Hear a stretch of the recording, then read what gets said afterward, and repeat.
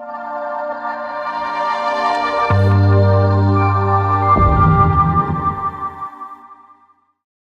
I think we'll now move on to talks. No, unfortunately, that is what it is. So we'll move on to the next talk now.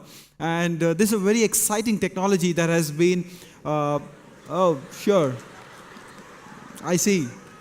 Okay.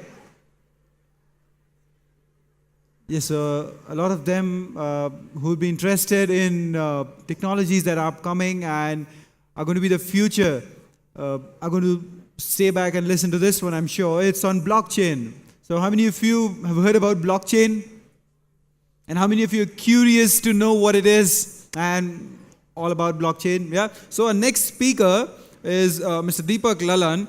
Deepak is an associate director with Accenture Technology and is leading blockchain practice in India. He has more than 15 years of experience as an enterprise architect across all the strategic areas of IT. He has played a vital role in many enterprise-wide IT transformation programs. With his rich industry experience, deep technical expertise, and strong business acumen, he is helping the clients achieve their business and technical goals. He holds a master's degree in business administration with specialization in international business from the University of Wales, United Kingdom. May I please request Deepak Lalan to come onto the stage. Please welcome Deepak with a big round of applause. Okay, I see a lot of them going away. Blockchain is very heavy for them. Cool, we'll just let them go. Till then, watching something like 5x, 10x, what was that? 15x? 15x of explosion in cultural event. So we will try and do another small exercise to build up your other muscle. So everyone in the room, just do what I say, and then we will tell you what next, right? A simple activity to align your left brain and right brain, and then we will go on to the blockchain. Too much of explosion, so let's channelize ourselves. So when I say touch your head, you touch your head. Everyone go ahead, touch your head. Awesome. Okay? When I say clap, clap. Awesome. When I say stomp, stomp. Okay? Very loudly, okay? I want to hear earthquakes happening here. So let's do it again. Head, clap. Very good. Stomp, stomp, clap, head, stomp, clap, stomp. Awesome. So when I say switch, and when I say switch, you do the reverse, okay? When I say head, you clap. When I say clap, you stomp. When I say stomp, you touch your head. Got it? Right? Circular movement. Okay? Switch. Head. Great. Stomp. Okay? Head. Stomp. Clap. Great. So let's do this once more in a normal mode. And then when I say switch, you switch. You get it? Okay. Stomp. Clap. Head, stomp, clap, stomp, head, yeah, switch, head, clap, stomp, head. Awesome, you guys are great. This realigns your left brain and right brain. So what we will talk now is blockchain, which needs both of them, right? So, okay, blockchain is pretty hyped up. It is the most hyped up technology right now. And I believe the hype is right because there is a lot of,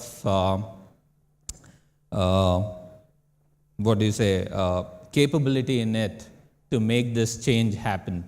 So let's go through what blockchain is. We'll talk about it. And then let me get it working. Click, yeah, there you go, you don't need that. So basically Gartner is saying that we will have about 176 billion, and that's a huge number, which would be what blockchain will add value to. It is something like internet in 1995, 96, right? And then that is what it's transformed the entire world right now. And we feel blockchain has that. And as soon as it does that, there is a 3.1 trillion in its value, which it will add in just 5 years. From 2025 to 2030, it will add 3 times, maybe 10 times more the value it can add. And why is that, right? It's very curious on why it is.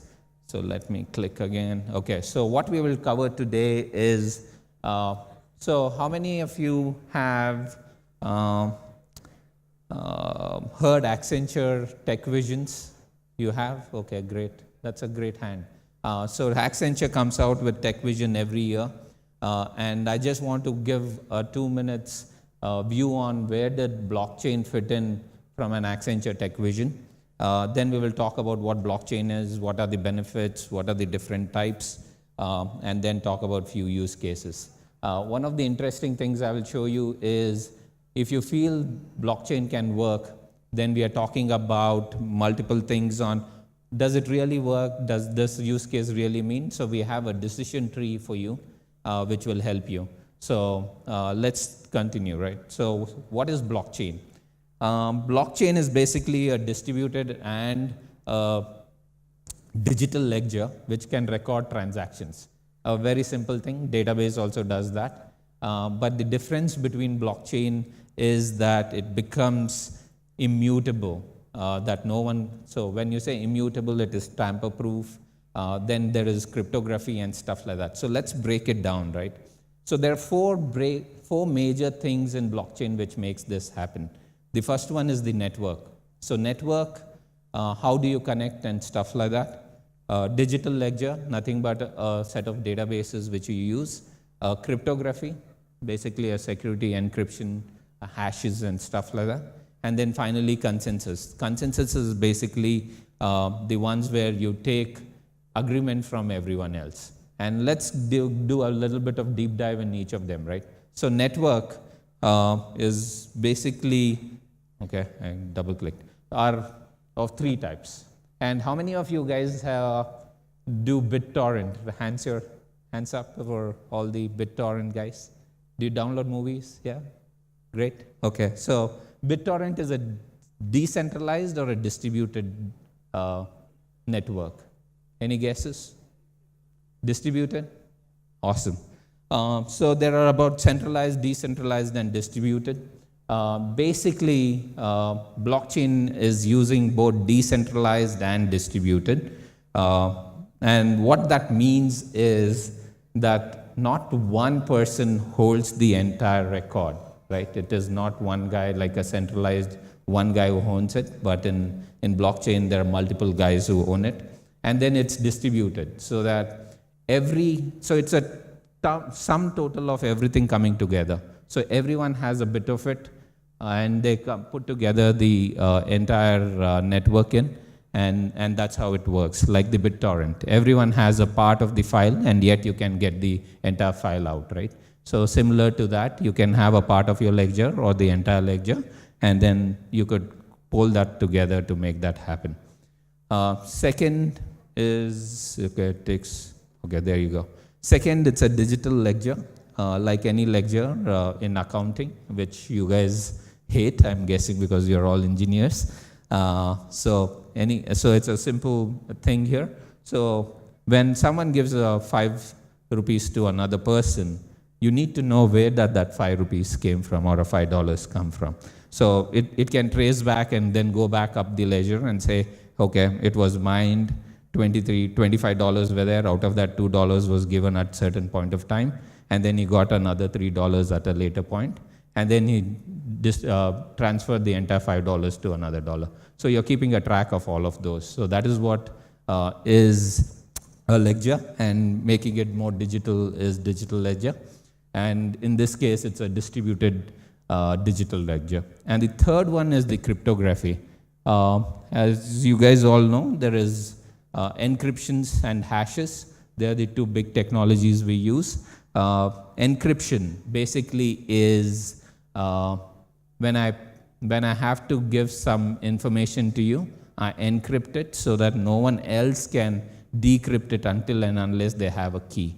So it's something like your lock and key, right? So you lock it, then you pass the key to whomever you trust so that they can unlock it. In this case, we go further down. Of course, you can make a duplicate of that key. But what is a private key and a public key is, a private key is always with me. I don't share the private key, but a public key, you can still use it to decrypt it. So I use a private key to encrypt it. It gives you an encrypted data, and then you distribute your public key, and they use the public key to decrypt it. They can't decrypt using anything else other than your public key given. So the beauty about this technology, and everyone gets mobile bills. Do you guys all use postpaid mobile bills? Anyone? No? All of them are prepaid? Okay, great, postpaid. So whenever you get a postpaid mobile bill, you get a bill and then a password, right? And then the password is your first 4 characters of your name and then your phone number or your date of birth or whatever like that, right? And the worst thing about that is that once your PDF or the bill is sent to you and you know the password, you can then send it to anyone else and they could still decrypt it for you, or they can open up that PDF file. But with this technology, we can restrict that, right? So you can revoke your public key and no one can then open it because you've revoked the public key. No one has access to it, so no one then can open it. That's the difference between a normal PDF shared password generation versus an encryption, which happens faster, but if it is much tougher and the bigger data sets, it takes more time. So that is what is about hashing. Now let's go back to the slides. And you can play around with it, anders.com/blockchain. And it'll give you a set of blocks which you can play around with. So the fourth one, the final one, which is the building block, is the consensus. So let's take an example, right? So everyone has heard about Romans. So there were about 8 to 12, 9 armies which were there trying to attack Rome, and all different clans trying to attack Rome. And they all decide to say, okay, we'll all attack Rome, right? And how many of you guys have 300 movie? No? Too old for you guys? Yeah? Okay, great. So think of 300, imagine 300 in your brains, right? So you have a central place and then you have 9 armies coming together to attack it. So the only way you can defeat Romans was that you attack it together, right? All the 9 armies from all these sides, they attack Rome together. So they all go and decide and say, okay, let's go and attack it. And they all come out.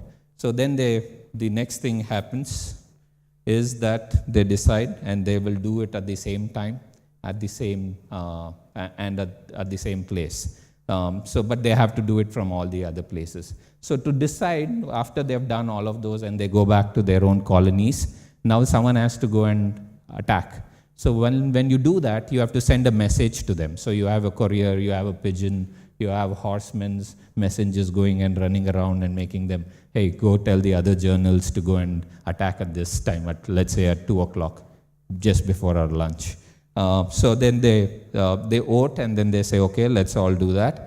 And then they send all of those. The problem number 1 is that the Romans can then stop them and say, hey, this is not, and kill him and then send a false message, right? Instead of 4, they can say attack at 3 or attack at 1, and then you don't come at collectively united power, and then you defeat them one by one. So if one you say at 3, one you say at 4, one you say at 5, and they are all coming and Romans can easily kill them.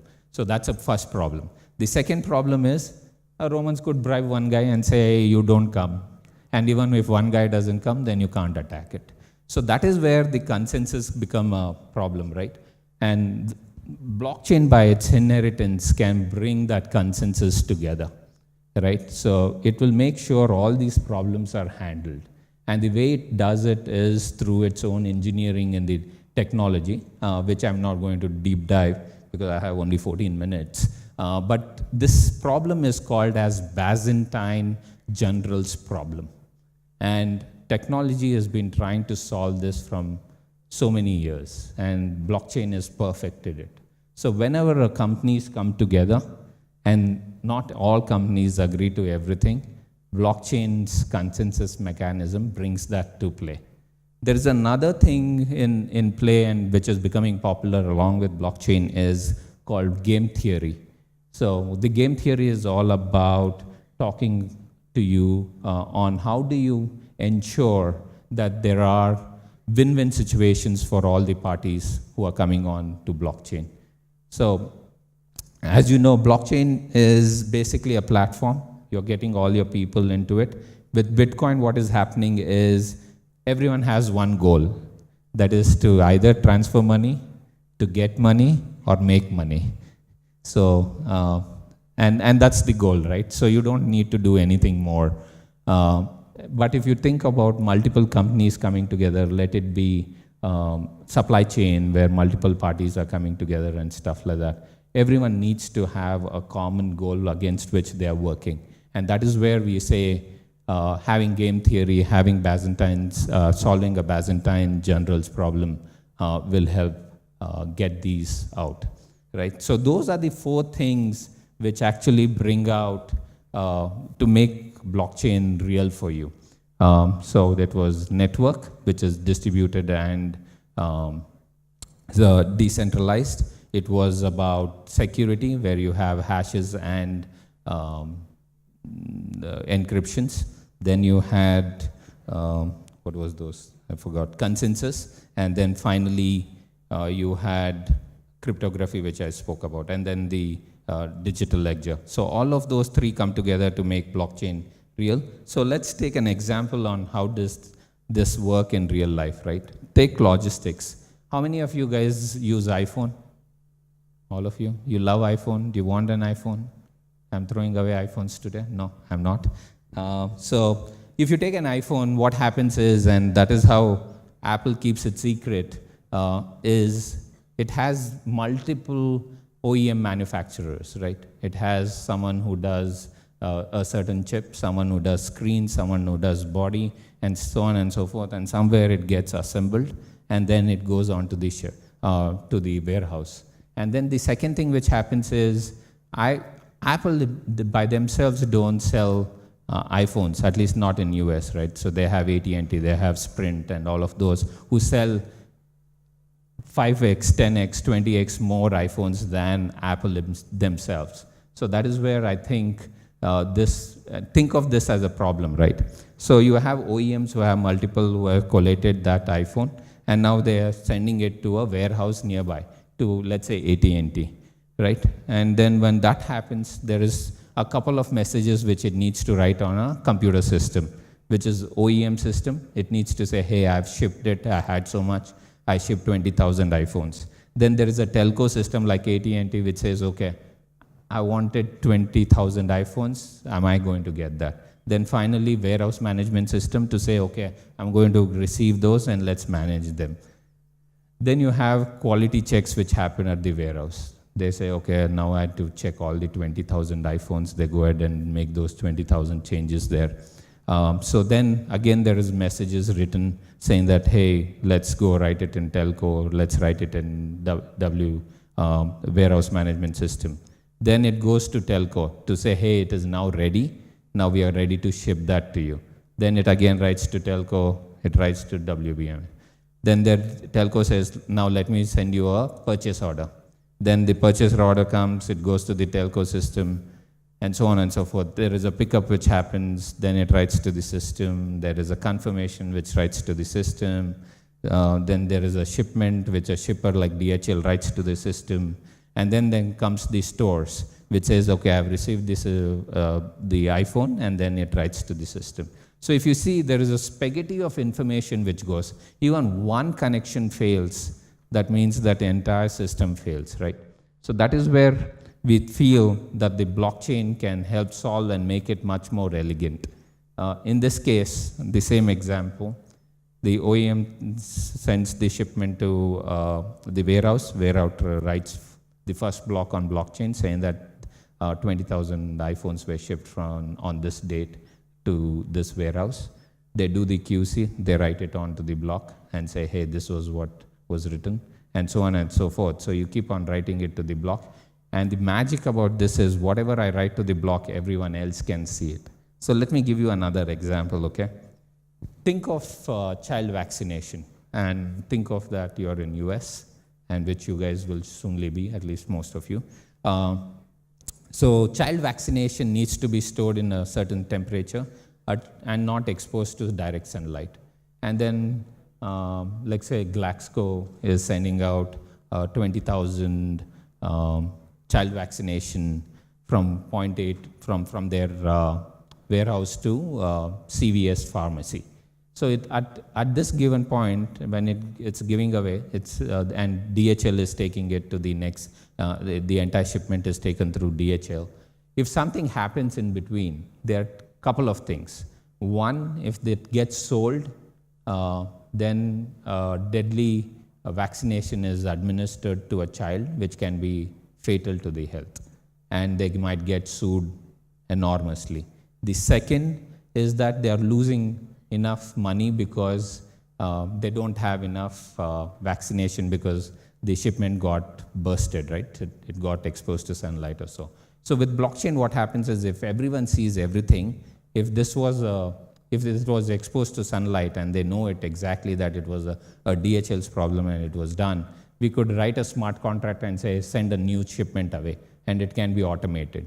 And second, you don't have to wait for the end of the line, right? Till the shipment arrives at DHL, you don't have to wait for it.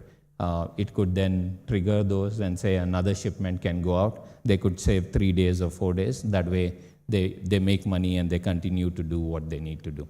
So that is what is basically blockchain helping you do, and bringing the entire thing of a concept called as what I see is what you see.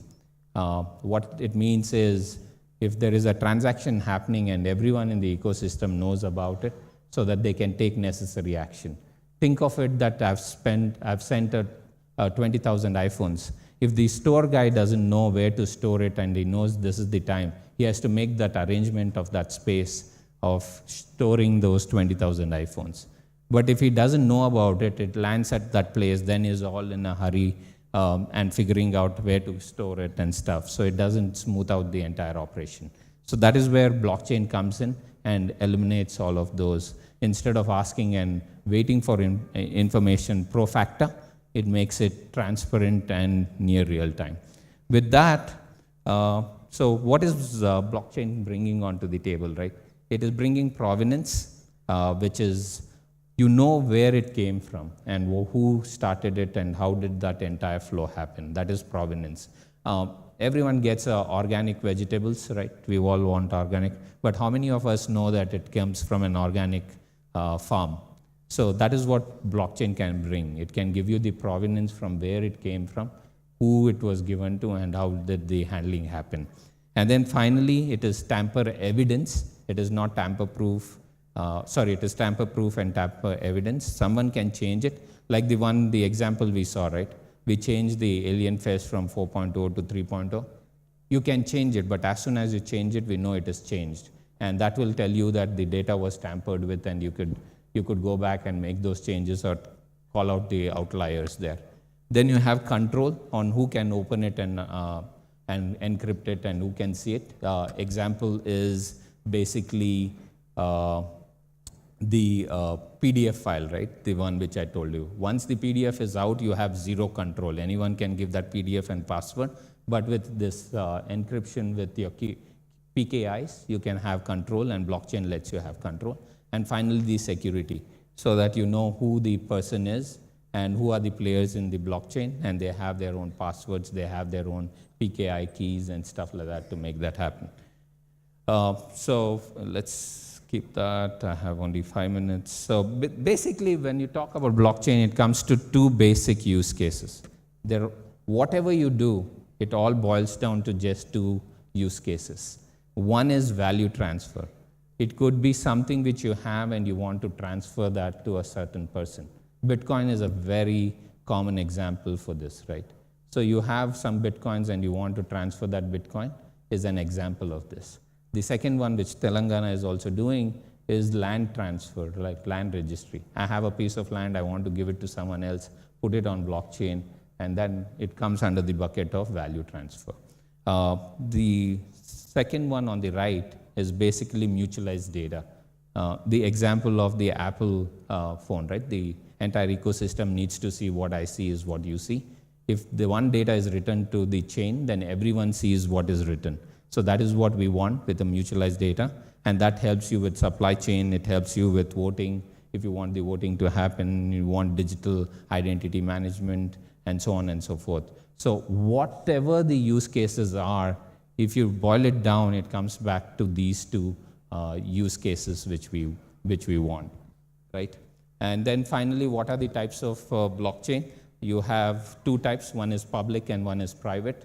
Public is like Bitcoin, Ethereums and stuff like that are public blockchain. Anyone can become a part of it. All you need to do is download the wallet or become a node for yourself, and then you can start participating in the network. Private blockchain, where all the enterprises want to be a part of it, is a private blockchain where if you want to be a part of the blockchain, you need to be invited, right? You need to be in a consortium of people where you all agree upon, and then that's how you can join. You can't just join because you want to join. It's like being in an elite club only by invitation. So only if you're given that invitation, you come in and then you join. And then under that, under the permissioned network, you have two types, which is a single sponsor. That means one person or one company is owning the entire platform and the blockchain platform, and they run this entire thing. And the second one is the consortium, where you create a group of people and then you start this. So those are the two different types of permission blockchain. They are, again, consortiums are of two types. One is business-led. You're trying to solve a business problem, like the supply chain or like the land record. And then there is technology-driven, right? So the technology-driven is basically like a Hyperledger, like the Linux Foundation. You just build technology, and then you give it away for them to go ahead and use that. So these are the basic two types of it. And this is the one which I was saying. If you have any use case, if you run through this decision tree, like for example, does the use case or the example have multiple parties? Do they require some third party to do any interaction? Do they need a third party to build trust? And so on and so forth. If you keep on doing that, and if you come back and say if it is a blockchain use case or not, right? And this can be found on the internet. You can see it. And if you guys have a project or something in mind where you think blockchain is a technology to be used, you can run through this. It takes not more than 5 minutes and figure out if this happens, right? And finally, there are basically driven into three big use cases: value transfer, which I just talked about. In this case, Bitcoin is a big value transfer use case. The second one is supply chain, where they've been using it in multiple places of supply chain, track and trace, sustainability, and so on and so forth. And then finally, identity. You put your entire identity on blockchain because it's secure, it is tamper-proof, and so on and so forth. You could use it. So Aadhaar can be a great example to be a blockchain-based technology, right? So you have control. You know who the public key is with, and you can revoke that public key anytime you want. With that, I'll just take one example of supply chain. Have you all come across, and I have 30 seconds, sorry. Have you all come across the fiasco of a mango when it was in US, that all the contaminated mangoes, we had to take it off, and India was not allowed to export mangoes into it and stuff like that? So there was a problem, right? When this problem struck, Walmart was given an instruction by the US government to pull out all mangoes coming from India. And it took them about 2 weeks to figure out where all those mangoes are, and then they had to pull that out. With blockchain, once we implemented this, it took them only 2 seconds to figure out where all the mangoes, from which region it came from, and so on and so forth. So it helped them drastically to reduce time and know where it's coming from. With that, I will end this and say a big thank you for staying back. And thank you. So questions. I know it's a very short time to even give you, there are so many topics not being covered, but there is a lot to learn. And I feel, and I'm a very strong believer that blockchain can make a huge difference. It's the next internet. It is information sharing to the next level.